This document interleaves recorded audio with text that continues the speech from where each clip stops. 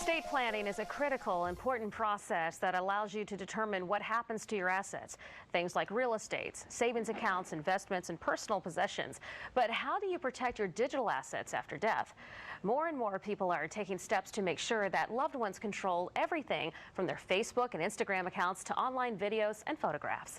Joining us now to discuss this growing trend is Jason Smolen, a founding partner in the SmolenPlevy law firm in Vienna, Virginia, who specializes in complex estate law issues. So welcome to you, Mr. Poland. Well, thank you very much. Doing? Good to be here. Okay, so we typically hear of, like you said, estate planning and what to do, who's going to take over the bills, but social media, I mean, isn't the whole point of social media to be social? So who invests in this, like legacy accounts for Facebook? Like how, I mean, isn't the whole point of being social to be social? You can't be social from the grave.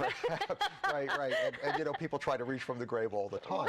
Right. You know, one of the issues from an estate planning point of view is when you think of everything you have, they're assets, but when they're digital, it's like ether. It's not physical. Right. And it used to be that you could go to someone's home, that someone died, you go to their home, and in about a month or two, you knew just about every account they had. You had 80% of what they had. Right. By the end of a year, you knew everything they had. Now, you may not know very much of what someone owns. That's true. But from the downloads for video games to music, is that what we're talking about when we say, hey, have somebody be in control of your digital assets? Yeah, well, it's even more than that. I mean, it's a good question. I mean, obviously music that you have, videos that you have, photographs. You know, if you're a professional, you know, such as yourself, for example, you know, photographs and images, they're your property and they have value. You know, I take some pictures, no one's going to care later. Right. But, you know, for someone like you or another professional where that's their business, those things are very valuable. Yeah, their livelihood. It's their livelihood. And the idea is to create some value out of it. So someone like me, when I'm helping a family try to get these assets, what the problem is, number one, finding them, because, again, if someone doesn't make a list or a schedule, you don't know they exist. Economic accounts. You can have a bank account that never shows up at the house. You could lose all the money. If I could just have one that didn't show up to the IRS, that'd be even better. But that would be a good deal. Then you'd be representing me in a whole different way.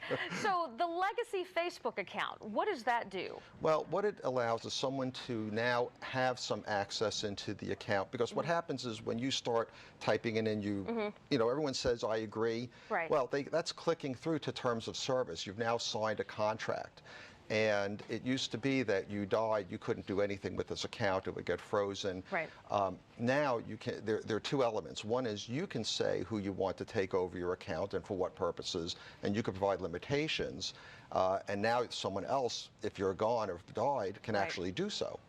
So you mentioned earlier, for people that are in a professional business of taking photography, or somebody who's a musician and they have downloaded their music to their page, and that is worth something.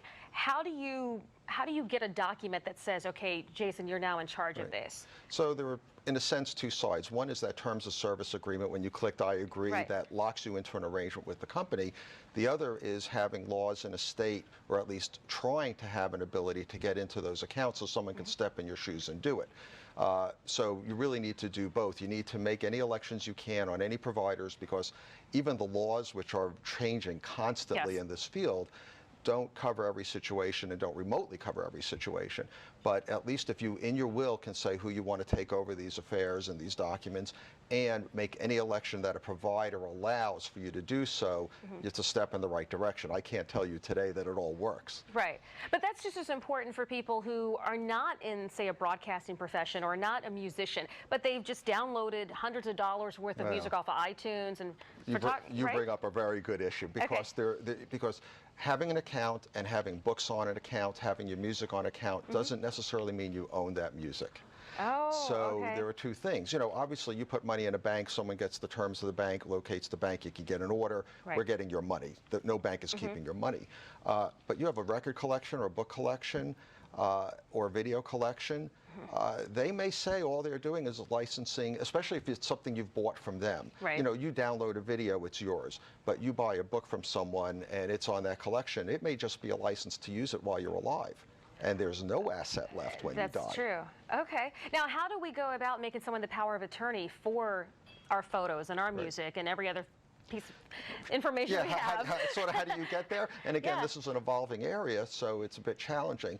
But at a minimum, make sure your will or power of attorney address the issue of dealing with your digital data. Okay. Make sure on any terms of service agreement or any opportunity you have to click in to make elections with a provider that you do so and name the people you want to, and that's a very good start. Okay, so it's like coming into you saying the power of attorney is going to be Julie Wright, and then this person is going to have access. You got to share your passwords. So, well, that's I'm sorry. If you do, no. If you do this now while you're living and breathing, and I'm going to assign this person to my account, there should be a document that we have, because I don't want this person to come in and do anything to it now, right? No, you're absolutely right. Yeah. You don't want to give someone the right to take over your life today. You're living, you know, I think you might as well live your own life. Always they take over the bills too, honey. Right, and the IRS. But I think the issue is, you know, first I would go old school, write down a schedule of your accounts, the account numbers, logins, passwords. You have to keep it safe, so you have to give it to somebody that you can trust that will hold on to it, or put it in a safe deposit box, things of that sort. Then you go to your attorney, name some trusted people, and make sure that their names are on the right documents so they have authority. Even if they have to go get a court order, sometimes it's required. Gotcha. Jason Smolen, thank you so much for being here. Thanks. Website is www.SmolenPlevy.com. That's it, exactly. All right, for more information. Thank you again. For more information about how you can protect your digital assets, again, SmolenPlevy.com. Stick with us. More on Let's Talk Live coming up right after the break. Thank you.